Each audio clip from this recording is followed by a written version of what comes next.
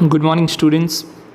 Once again, I welcome all of you to today's class of physical education. Dear students, today it was not possible to conduct online classes, so we are meeting by the means of this offline class. That means a recorded video lecture. My dear students, I hope you remember that last time when we met in the online class, we have completed our 5th chapter, which was as per the indexed last chapter, training in sports. But in total, we have completed 5 chapters. Also, in the last video lecture, we have started our new chapter, that is chapter number 3, according to the index of the chapter of the textbook. So we have started that particular chapter number 3, but we have just seen the introduction part, nothing more topics. We just went through the introduction, that which topics are going to come. So today we are going to discuss all these topics, or we are going to start this beautiful chapter today in this video lecture. So let's start this unit number 3, yoga and lifestyle. Now before I start, I just want to remind you one thing, that this video lecture will come to you by the means of YouTube, school YouTube channel. So if you have not subscribed the school YouTube channel till now, please pause the button, pause this video, subscribe the channel so that you get all the informations quickly and also other gets the benefit of it. So do subscribe the channel right now and then again continue with this video lecture. Okay, so now let's start this chapter. जैसे मैंने कहा, the name of this chapter is yoga and lifestyle. Dear students, last time हमने इस chapter के पहले page पे जो left hand side पे ग्लिम्स लिखे हैं कि कौन से टॉपिक आने वाले हैं, उनके बारे में डिस्कशन किया था, उनके बारे में बात की थी.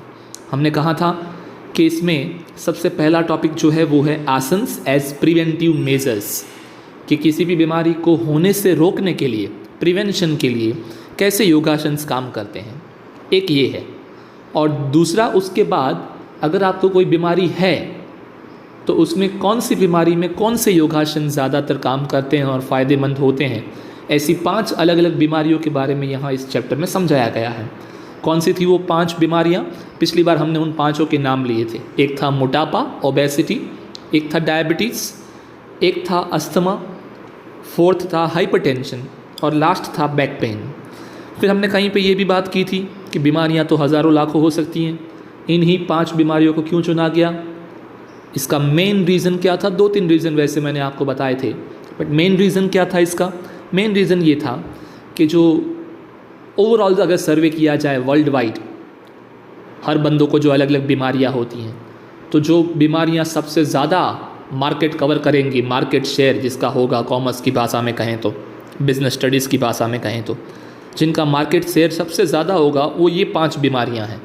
बाकी बीमारियां जो होती हैं, जैसे कैंसर हो गया या जैसे कोई दिमागी बीमारियां हो गई, उनके परसेंटेज जो है वो कम होते हैं.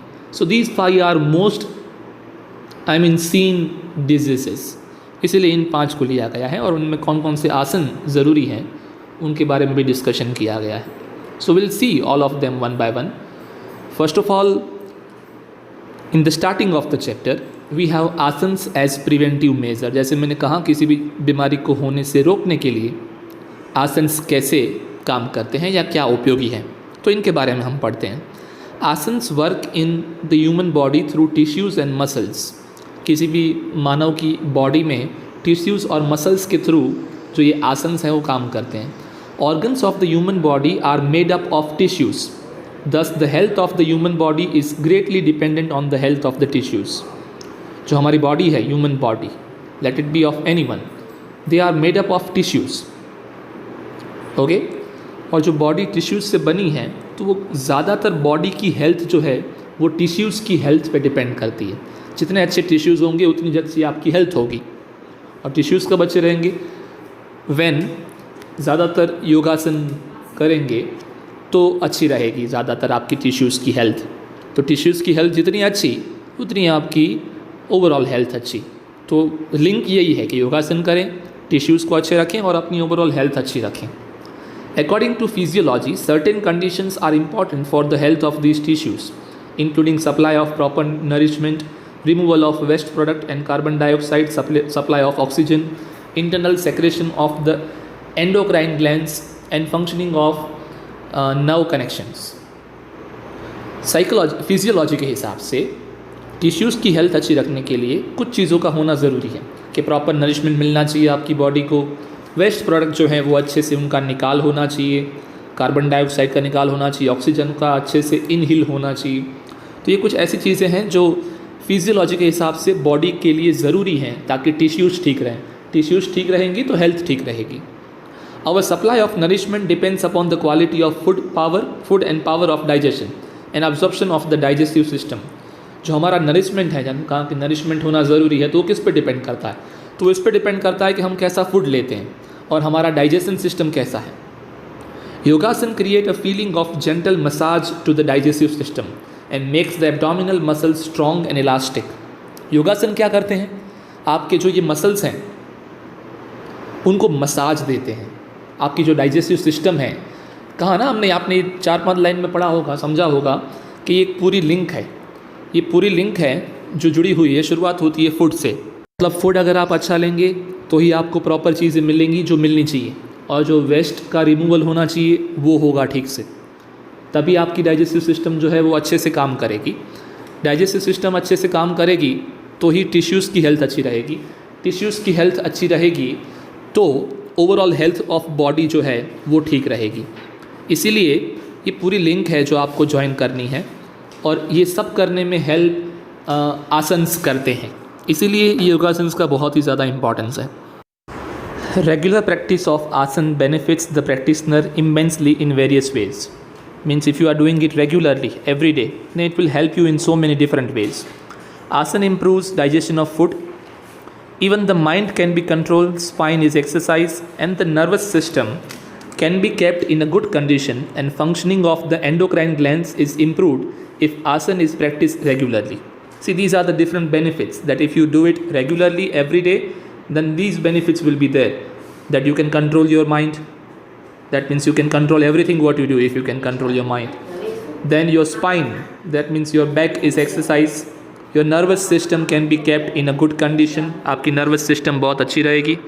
And endocrine glands is improved. मतलब these are the benefits which you can get if you do it regularly. However, there are a number of factors that you should be considered while practicing yogasanas. Children up to the age of 5 years should not practice asanas. Between the age of 5 to 10, children should practice meditative pauses for controlling the mind. Means this is not for children below 10 years. It is for more than 10 years. For below 10 years, you should do meditative asanas, not the yogasanas. Children of the age of 10 to 16 years are considered to be in a period of rapid growth in the height and weight. Hence, they should be meditative as well as cultural asanas. Means अगर 10 से 16 साल की उम्र है, then ज़्यादातर growth उसी में होता है. That means the children with the age of 10 to 16 can do the yogasanas. Okay, but cultural, not the hard ones. Practicing asanas should also follow a proper procedure to attain best results. Asanas should be done in quiet and well ventilated place. भाई proper तरीके से करेंगे तो उसके फ़ायदे मिलेंगे. If you are just doing it for the sake of exercise and showing off, then you will not get the proper benefits. It has to be done by the proper way. जैसे बताया गया है, हर आसन को करने का तरीका होता है. जैसे हम यहाँ इस चैप्टर में बहुत सारे आसन पढ़ेंगे, तो ईच आसन जितने भी हम पढ़ेंगे उनकी प्रोसीजर लिखी होगी कि इस हिसाब से ये करने हैं. So if will do it as what it is prescribe, then only you will get the benefits, otherwise not. And where you should do these asanas, the place should be well quiet, it should not be noisy, and it should be well ventilated. Means हवा की आने जाने की जगह ठीक से हो, ऐसा नहीं कि बंद कमरे के अंदर बैठ गए बिल्कुल ही. A quiet place helps for more concentration on coordination between breathing and body movement. शांत जगह का फ़ायदा क्या है कि एक तो जो आपकी ब्रीदिंग है, सांस लेने की क्षमता, और आपके जो बॉडी के मूवमेंट होंगे उस आसन में, उनके बीच में एक अच्छा सा कोऑर्डिनेशन, और आप उसके ऊपर अच्छे से फोकस कर पाएंगे.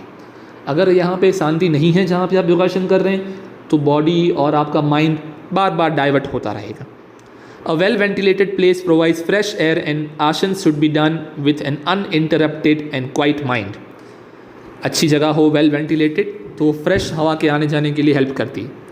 Hence it is better to start with any meditative asanas like Sukhasan, Vajrasan and so on. इसलिए जब शुरुआत करें you should do with these asanas, Sukhasan and Vajrasan. During asan, concentration should be attained. Each asan should be done with complete clarity of mind. So जब आप आसन्स करें concentration पूरा किस में होना चाहिए कि अच्छे से आप करें. Each आसन should be done in complete clarity of mind. ऐसा नहीं कि आप दुविधा में, बिल्कुल कैसे करना है पता होना चाहिए पहले से. Nose and throat should be clean properly before practicing asana so that the breathing during asanas remains comfortable.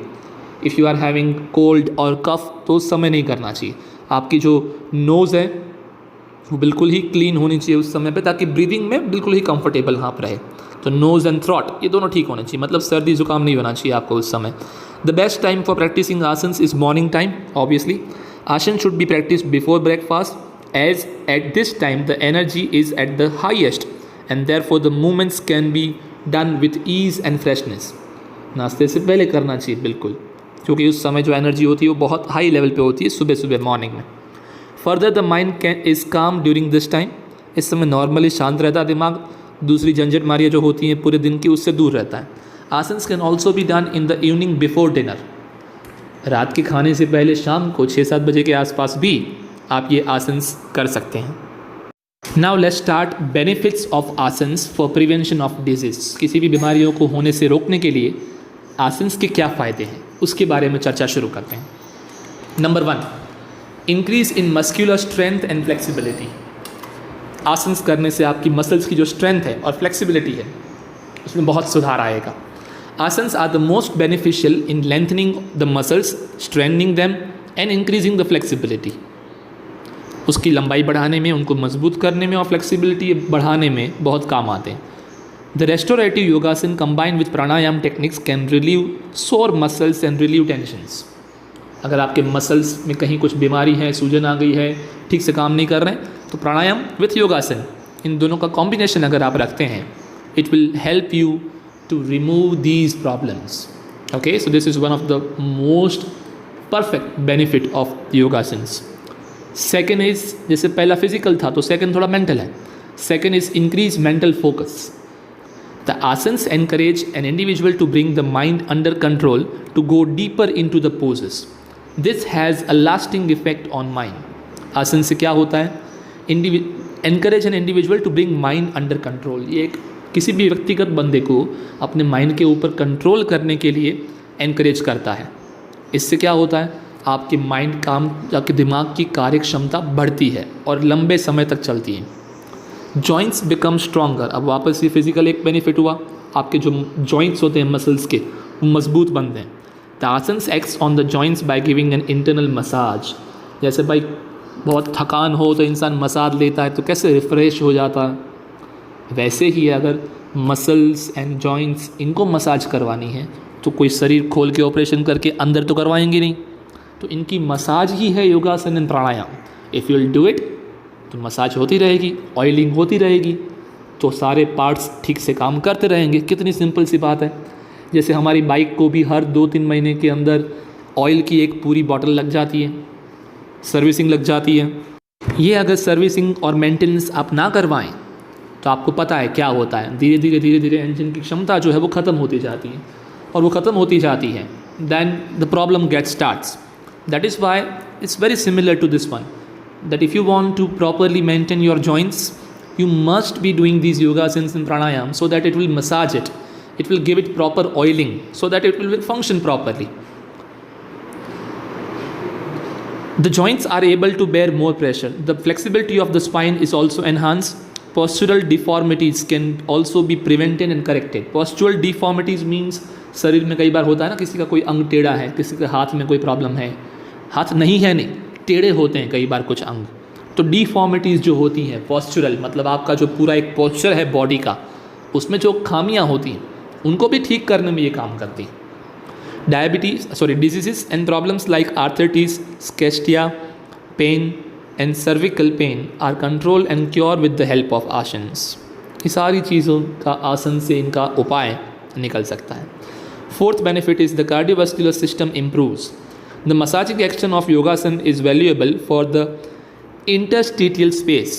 उसका मतलब दिया हुआ क्या है, through which only the nutrition and oxygen pass from blood to the cell.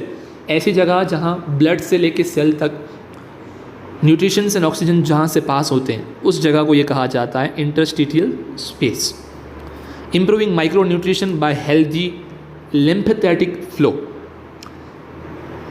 Arteries and veins are massaged and kept elastic and abnormal changes are prevented. आप मान लीजिए जैसे जॉइंट में था वैसे ही यहाँ पे है, आपकी आर्टरीज और आपकी वेंस जो हैं वो भी मसाज हो जाती हैं और वो इलास्टिक रहती हैं, मतलब ज़्यादा फ्लेक्सिबल रहती हैं, और उसके अंदर जो एबनॉर्मल अचानक से जो चेंजेस आते हैं कई बार, उससे आप बच सकते हैं अगर आप योगासन कर रहे हैं तो। मतलब योगासन कर रहे हैं तो आपको अचानक से होने वाली बीमारियाँ बहुत कम हो जाएंगी। That is the most important benefit of these yogasanas and pranayamas. Benefit is the respiratory system improves, elasticity of the lungs is maintained, oxygen uptake is improved. Asanas promote and maintain elasticity of ribs, आपकी जो कमर की हड्डियाँ होती हैं ribs, and intercostal muscles। क्या बोल रहे हैं, इलास्टिसिटी ऑफ लंग्स। पहले जॉइंट्स के बारे में आया, फिर आर्टरीज एंड वेन्स के बारे में आया, अब लंग्स के बारे में। लंग्स की इलास्टिसिटी जो है वो भी इन्हीं आसन से मेंटेन रहती है। ऑक्सीजन अपटेक, आपकी ऑक्सीजन ग्रहण करने की क्षमता बढ़ती है।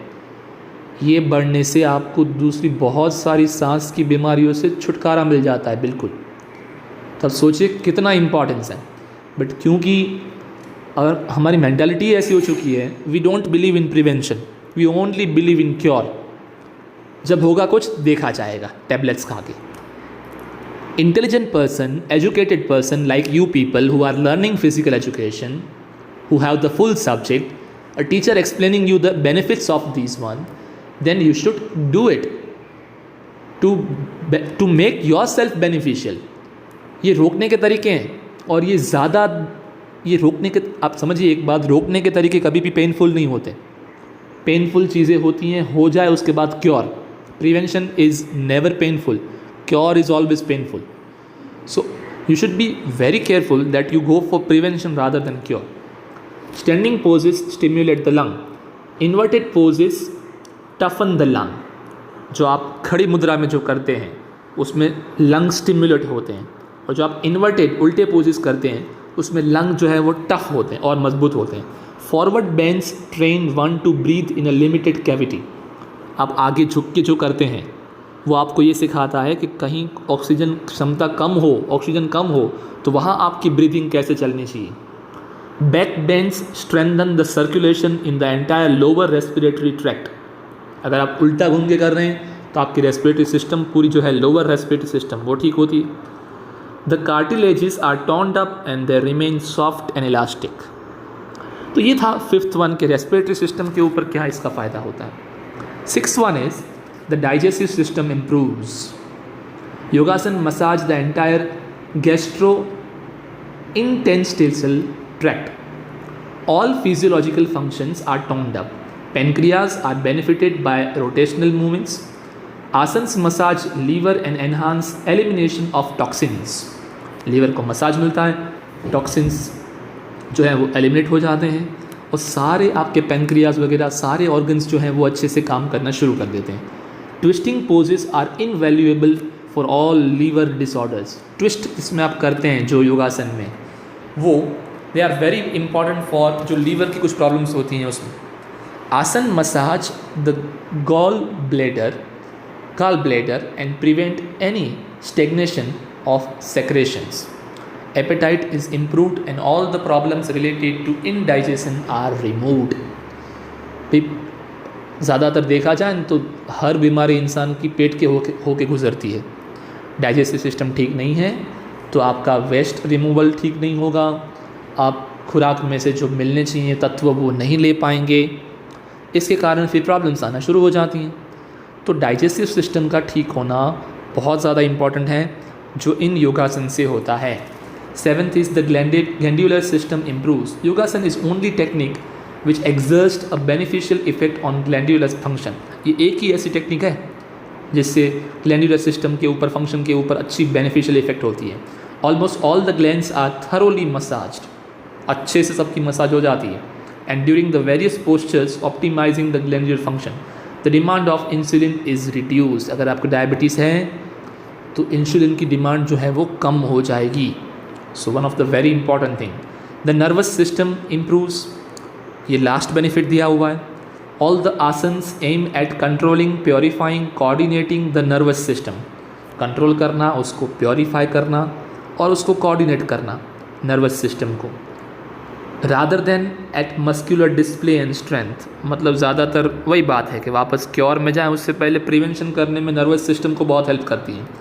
Thus the asanas aim towards poise and controlling the body and mind through non-violent and non-fatigue methods of physical education. Asanas जो हैं वो दूसरी मेथड्स जो हैं, जो कई वायलेंट हो सकती हैं, कई थकान वाली हो सकती हैं, उन सबसे ईजीएस्ट प्रोसेस है ये पूरी बॉडी को मेंटेन करने के लिए asanas, yogasanas. So that is why ये सारे 8 जो हैं वो बहुत ही बड़े बेनिफिट्स हैं. क्योंकि नहीं दिखाई देते हैं हमको, इसीलिए कई बार इसकी हम इम्पोर्टेंस नहीं समझते हैं. Want to live long, live healthy, then you don't have a choice other than asanas. Okay, so again I will suggest you, be educated not only degree wise but also thinking wise and understanding wise. So do go for this one. It is very very important for all of you. Okay, so this was this topic कि आसन्स का benefit क्या है हमारे लिए. तो यहाँ पे हम इस सेशन को स्टूडेंट्स वाइंड अप करेंगे. टाइम ऑलमोस्ट डन होने आ गया है. अगला टॉपिक जो है 1 by 1 बीमारियाँ सारी, ओबेसिटी एंड डायबिटीज़, और उसके लिए कौन से आसन्स, वो अगली बार हम शुरू करेंगे. Okay, so with this we are winding up to this session. But before we wind up, as usual every time homework. I hope you know homework would be this time what it would be. one question, can discuss about how asanas are preventive measures and detailed discussion about benefits of asanas for prevention of disease. So these are the 2 questions for you in homework. Okay, so thank you so much for listening to this video lecture. Next time we'll continue with the chapter. So thank you so much and have a very good day. Thank you.